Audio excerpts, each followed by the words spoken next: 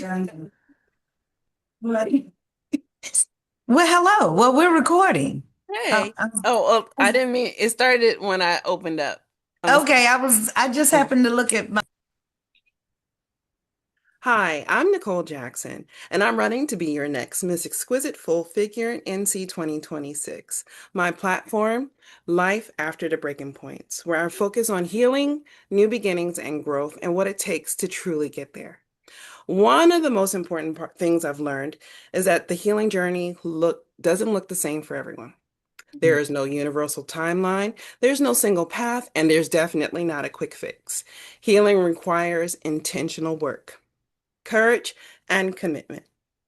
For some, the work may involve talk therapy, like this. For others, it could be through exercise, personal development, stepping outside your comfort zone, or seeking spiritual guidance. Often, healing is a combination of those things. Today, I'm going to introduce you to Miss Ursula, Pastor Ursula, my guest, and we're going to talk about healing on the spiritual with spiritual Mm, guidance. How are you mm. today? I am wonderful, and I hope you are the same. I am. Can you tell me a little bit about yourself and I sure can. just great? Yeah. So thank you for this opportunity, first of all. I think this is an amazing platform that you're building. I believe this is a movement of God, even though it may have been inspired through some heartbreaks. I believe it is creating a communications portal. I'll use what you said, talk therapy portal, for Mhm. those in need. I am Ursula Rowland. I'm just a country girl who loves God. I love God's people. I've been known as a technologist, a therapist, a teacher. I'm a mom. I'm a wife of 33 years. I have four beautiful daughters and four amazing grandchildren. So Mhm. I'm looking forward to having some talk time with you today, I'm looking to forward go to over it. some of the spiritual aspects of this no one size fits all type journey. Okay, Fact. it was good to hear you talk about some of the intentionality of transitioning through life's devastations. So It let's put in happens. some work. And Yeah, let's put in some work. Okay, so my put in first some work. question, what what does healing look like from a spiritual perspective? Hmm. That's interesting because most people think that there's some magic to this. Right. And in reality, when we're hit with pain, pain Mhm. is not a bad thing. It's just we allow it to paralyze us. There's this analysis paralysis type situation that is associated when pain comes our way. And Mhm. in reality, we should be looking at pain as a change agent. Oh, okay. Hmm. What does healing look like to me? It looks Right. like creating something new. Right. Because most of the time, the pain that you're referring to is life transitional. It's Right. when something has literally come to a halt, which we should deem as null and void. But Hmm. there's often times where we go back and we try to do damage control and Right. we try to restore what's broken. So I'm going to challenge the Christian community and all of those spiritual folks to honor what God is really doing when pain is presented. He's creating something new. Mhm. If you look at a wound, like a physical wound, Right. let's say a burn or a sore, it has to heal from the inside out and it creates a scab. Okay, that scab is protecting. It's really creating new cells, new Right. blood flow into that, new tissue, new tenants. So it's all about the newness. But we like to think it's restoring the broken, but God is really ultimately trying to create new.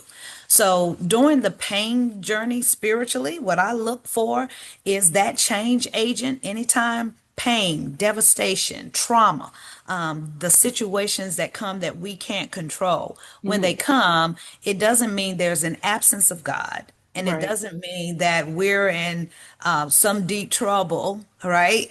Right. It means that it's an God is indicating change agent. It's time for something to change. And most of us won't change until it comes. That part. Be honest. That I'm part. working. Yeah, I'm walking through some things right now in life, and I would not be entertaining these things that I'm entertaining right now if pain had not occurred. So I am in my process of becoming. Okay. So I didn't explain to you that I've got over 30 years in people management by way of corporate America, church Hmm. leadership, parental guidance, That you part. name it. At the end of the day, out of all those years of experiences, I am still becoming.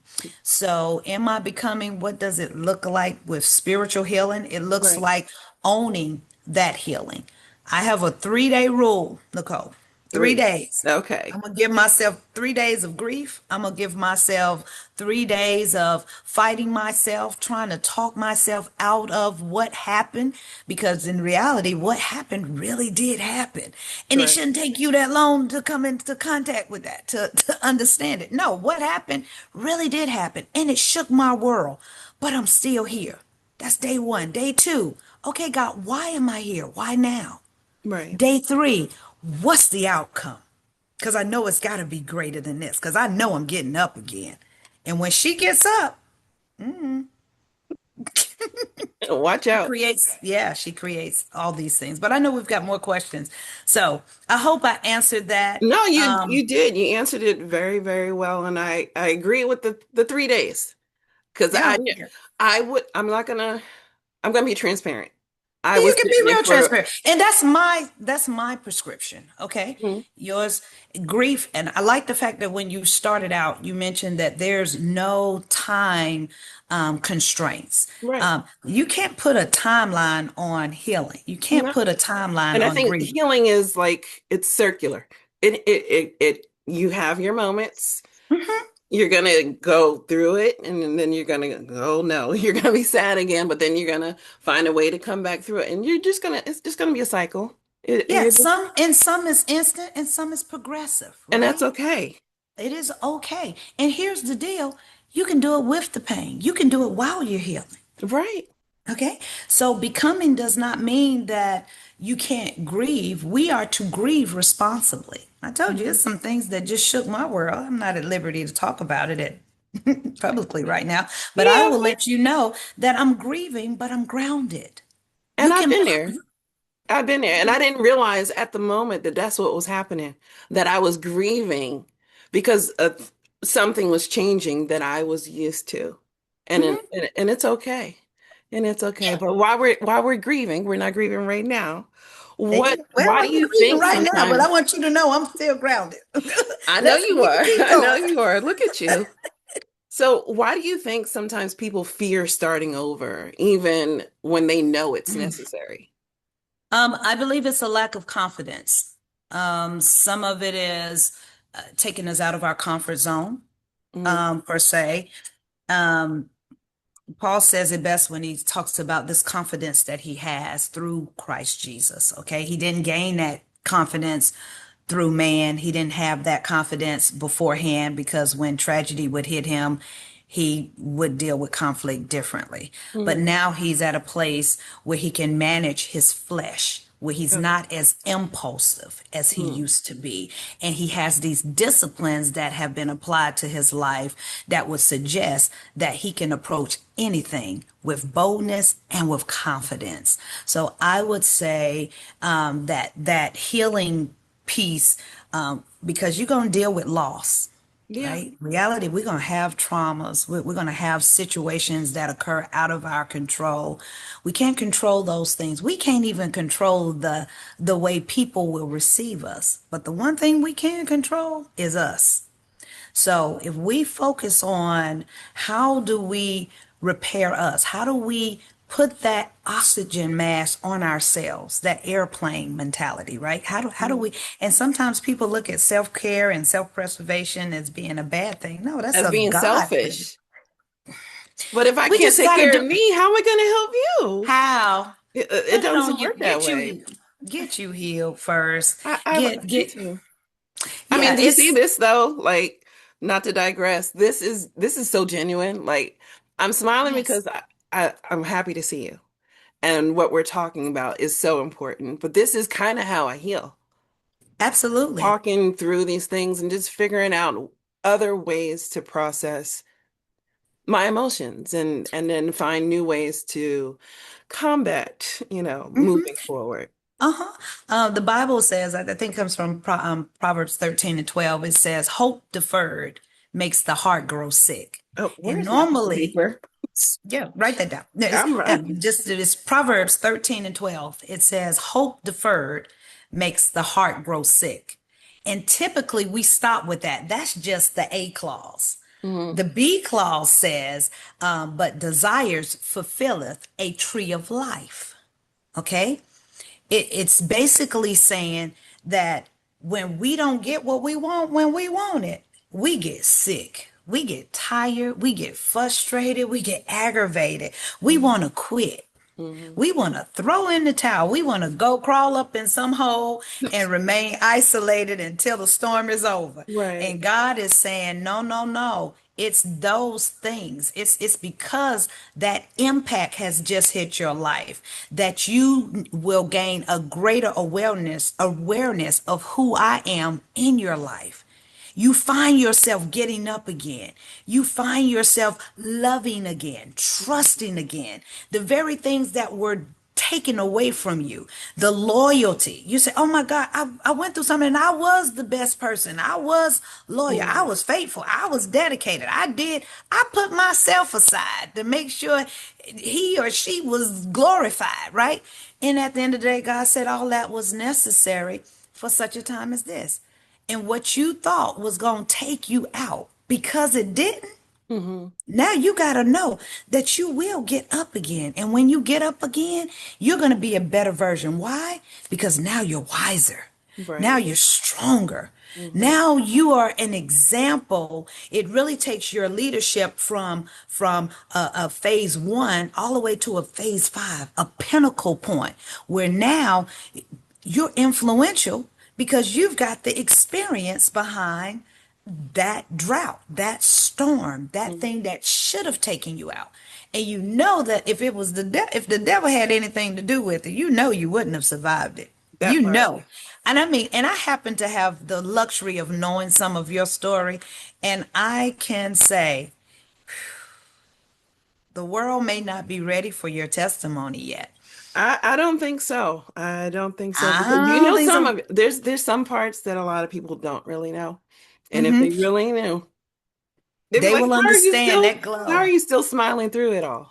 And it's no way you gonna look better. You look better now than you did when you were on the other Mhm. side. Mm. Who does that? Only God does that. Amen. This is God's math. The kingdom somehow is inverted at times. Okay. When we're down, he's up. In our weakness, he's stronger, right? It's the dichotomy of understanding this sovereign God who does what he pleases because of what he has invested in us. When we second guess ourselves, it just delays his hand. But when we can approach this with that confidence and with Right. that boldness of saying, hey, it happened. Yes, it did.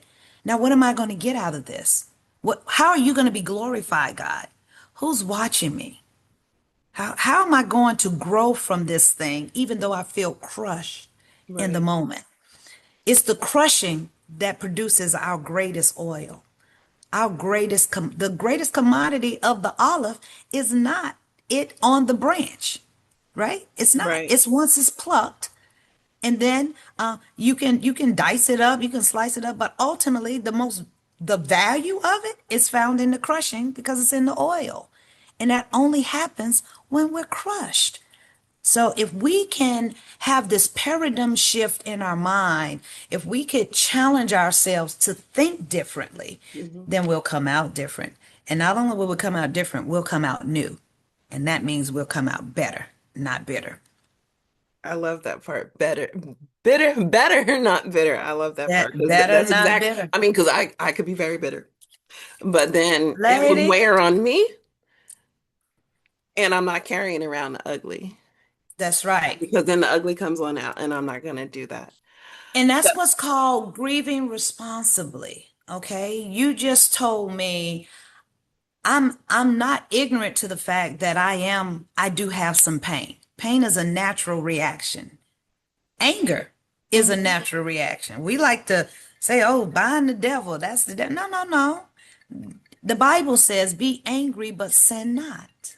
Okay? These are natural. Fear is a natural instinct. Okay? We have to have some level of these basic instincts Mhm. because they keep us safe, right? If we Right. had no fear, we'd just be walking off cliffs. We'd be road rage would just take over, right? We have to have some element of these negative instincts because they keep us whole. Right. So I would say we're all those things. I'm angry right now. I need you to understand that. But Oh, God has given me the grace to understand how to manage that thing so that I do not become vulnerable to the prey of predators and mm-hmm. manipulators and Mm-hmm. narcissists and all that stuff. He says, no, no, no. I need you because some of that anger is going to release the confidence and the boldness that you need in Right. this next level. Okay, I went from being a yes person, want to please everybody, oh my God, just totally controlled by people, to a version of now I'm delivered from people. I'm delivered from what they say and think. God is about to do something amazing. I Okay, know he if is, you and can, I'm ready to see it. I'm ready to see it. if Well, you I'm can ever already get seeing it, but you already, and here's the deal, you're already living it. You're already living it. And here's what we don't do. We are normally our worst critics. We yeah, normally don't give ourselves the credit due. But and it normally takes somebody from the outside coming in to say, "Oh my God, you are every woman." And you're like, "No, no, I'm not every woman. I'm this woman right here." No, no, no. They see the things that we don't see because we're still in the middle of the storm. We're still grieving, but we're grieving responsibly. right, And so even today, as we talk, I'm hearing a healed version of you or a healing version of you who is not where you used to be. And you might not be where you want to be, but you're progressing in the right direction. You're moving forward in the right direction. And that's everything. And that's all God needs. God needs a willing vessel. He just needs us to say yes. And trusting God does not look like having all the answers. that part. Trusting, And I trusting need for God doesn't, everybody to hear that part. Can you please say that trusting, again? trusting does not look like having all the answers. You will be able to create your narrative along the way. I have 50 self-help books in every addressing every trauma you could ever imagine. I'm going through my PhD right now. I'm about 16 credit hours away, and then I'll get started on that dissertation. But my thesis is going to be on grief management. And so Okay. I don't think this is by happenstance that I'm on this platform. Grief in every way imaginable, because sometimes we often associate grief with death, right? Right. The loss of a loved one, Mm-hmm. okay, by way of them being absent from your presence, all right, buried under the ground or burned, right? Right. But that's not it. Cremated. What That's happens when the person still is alive? or you're grieving a life that you thought you should be having. Right. Yeah, I just got off of a talk time earlier this morning about entrepreneurship and entrepreneurship. Okay, I'm an entrepreneur. I'm not an entrepreneur yet. Okay, and it works. But I was dealing with the entrepreneur who says, "Hey, I thought when I came off of my six-figure job, I was going to be able to do yada yada yada, and now I'm here and I'm grieving. I'm angry. I feel like I made a mistake, and the reality is, no, girl, you just need exposure." You've got Right. an amazing product. But one of the risks that you take of stepping out is just that. It is a risk. It's a risk. But we have to, even in that, we got to trust God. Mm-hmm. So with this grief that we go through, we got to understand that greater is He that is in us than he that is in this world. And if He started this work, and He did, we Right. have to believe He's faithful to complete it. And it may not look the way that we designed. I'm a project manager by profession, right? I Mm. go into these companies that say I'm ready to buy other companies, and we've got these technologies in place, and we want to put them on your technology. We want to put them on one platform. And so I go into these environments looking at all of these impossibilities. And the first risk I do an assessment of is the risk of doing nothing. Mm. Mm-hmm. Now you can sit in we can sit in our sorrow. We could sit in our anger. We could sit in our embarrassment, in our rejection. We can sit in all of that as long as we want to. But the quicker we get up, the quicker we come out of those things, the faster we can get through those things. God is on the other side of through. Now he's with you, but the victories are on the On the other other side. side of through. And we determine how long that takes, not man. How do we manage these internal things going on? You talked about grief, the cycles of grief. Not only is grief not limited to what we can see. Right. The cycles. There's five. Some psychologists say 9 stages of grief. Okay, and sometimes those cycles can become just that. They can become cycles, and Yeah, you'll and you go repeat. through it and you feel like you got through one. Oh, wait, yeah, let me go back to the beginning. Then you got to go back through another one Wait, I thought I was done with again. this stage. And here's the deal: it doesn't mean that you started over. Right. You've just got new tests. You've got greater temptations. The Bible says God is faithful for what He has created in us. And we have to Right. believe that. And just because we suffer loss and setback does not mean God has changed His mind. No. God will finish His work. All right. Let's say you're in a situation where it's a loss of a person, and maybe that person, it did not die physically, Mm-hmm. but the relationship in your life died. Let's say Right. that. Okay. That person still lives. That person can recover faster than you. That person can regain better than you. You got to get to a point where that doesn't matter. That's not part of your equation that God has destined for you to fulfill. So in those cases, I often say, God didn't fail, man did. That part. And then I have to look at myself and challenge myself and say, has God re-scripted what He has called me to do because this piece of my life doesn't exist anymore? Because if we don't heal properly, we'll become damaged goods for someone else. Because I told you, anytime you shift in God, God is a progressive God, right? He's Mm-hmm. going to always take us another step higher. I don't care if you had to go from the big house to the small house. God is working on some things. He's pulling us back like a rubber band, like some elastic. That's one of the things I did when I did a TED talk. I gave everybody in the audience a rubber band, and I say the further you pull it back, indicates how much crushing you've had, how much setback you've had, how much rejection you've had. As the further you pull it back, you have to know when you release it, the further you will propel.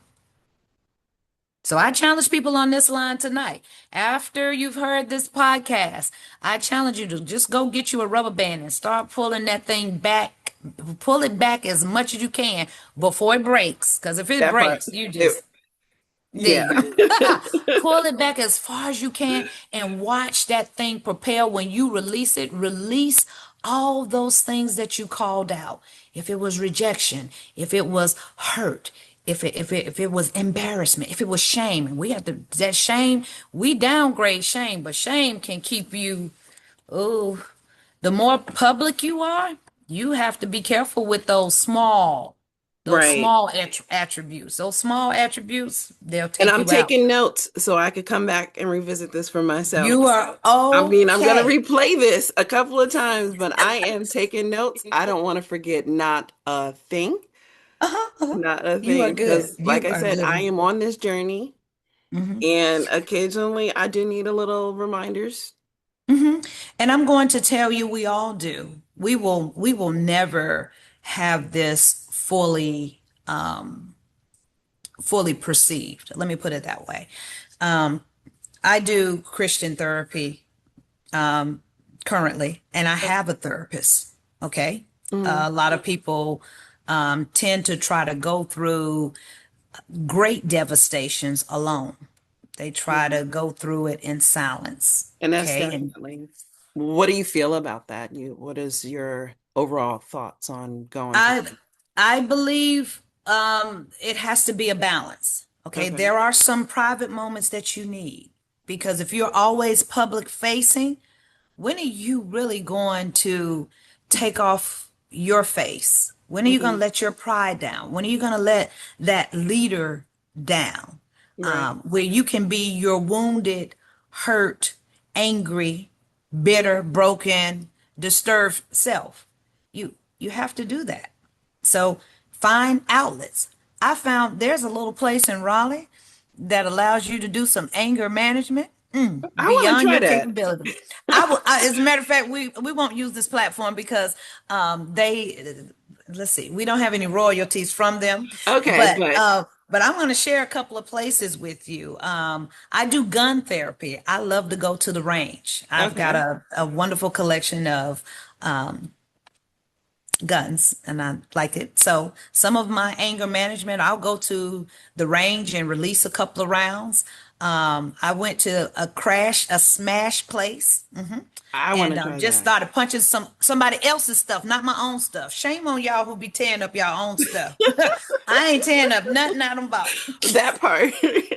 No, there's a wonderful place you can go with some anger management. You can beat up boxes, you can punch walls, you can tear up plates and all that stuff. So if you're one of those, I need to work it out. I promise you, there's some wonderful platforms for anger management. I've got four good ones. I will share with Lady Nicole, and she can provide you some resources after we get off of this phone. But find your outlet is what I would say to that person. Some private release is required, Hmm. but not a lot. And I know that kind of leads into your next question in reference to koinonia, fellowship. Right. Okay, Hmm. your girls, some of you are sorors, some of you have sister, like physical sisters, like biological sisters, and others have close friends. I keep those circles very small. I have a thing I say core four. Sometimes I say core four, one more, or core four and no more. Okay. Hmm. You don't need a lot of people in that space where you can have these talk therapies on a more intimate level, but you do need them. So I believe it's a balance. You need to have a balance of dealing with critical trauma issues, great loss, grief by yourself privately, but you also need a level of accountability that comes from pure fellowship. Right. Okay? Because sometimes we can stay in too long where it becomes unhealthy. And then we start entertaining things like depression and suicide, feeling ostracized. And then now we done lost a job and we not good for our children. Like nobody, Or no, ourselves. everybody left behind has been impacted so bad that, and we so toe up, we can't even help them. Right. You know, one of the things my therapist told me, the greatest people, well, the people that go through grief that we experience, the greatest people who are impacted, Hmm.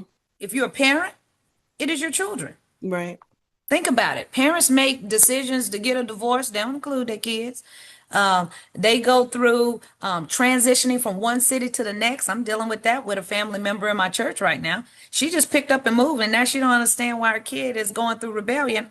Because you took him away while he was in high school with all his Ooh, friends, and he yeah. wanted to finish, and yeah, so Yeah. he acting out here. So Right. it's but most of the times parents are not, or parents develop a level of insensitivity to how our decisions impact our children.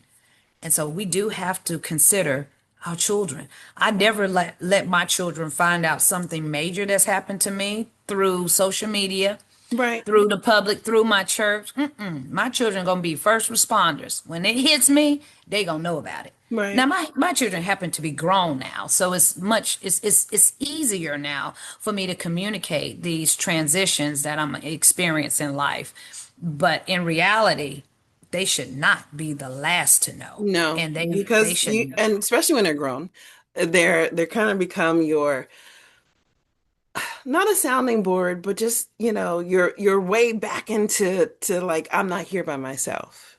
Yes. They are your mirrors Hmm. because, we've made these beautiful people, Yeah, and they're and watching us, they are watching us. And not and they're saying that we learning. need to rush our healing, You but never. it's just our light. They become, and I don't want to put too much pressure on on what they're supposed to do, but they do kind of help us to not sit in it too long. I Which will is say that that's what accountability. my daughter did for me. I mean, Oh, s- you don't make transparency me moment. cry, and I'm trying not to cry. Okay, Okay. well, transparency moment, and I'll make it short. I was not expecting Joe when I had her. I had one more year of college. Oh. And no, I had 2 more years. And I was honestly failing. And that Mhm. was new to me because I've never received a grade lower than a B. But every Oh. things that have happened made was starting to press on me. But then here Hmm. comes Jordan. So now all of a sudden, I've got somebody to work harder for. Hmm. And I never told her that until now, but like Uh-huh. it was her that kind of made me realize like I can't sit in the things that have happened to me, the things that I could have been, keep me down because I've got somebody that relies on me to be better than the sad person that's sitting in a dorm room and like this close to being kicked. I was this close to losing all of my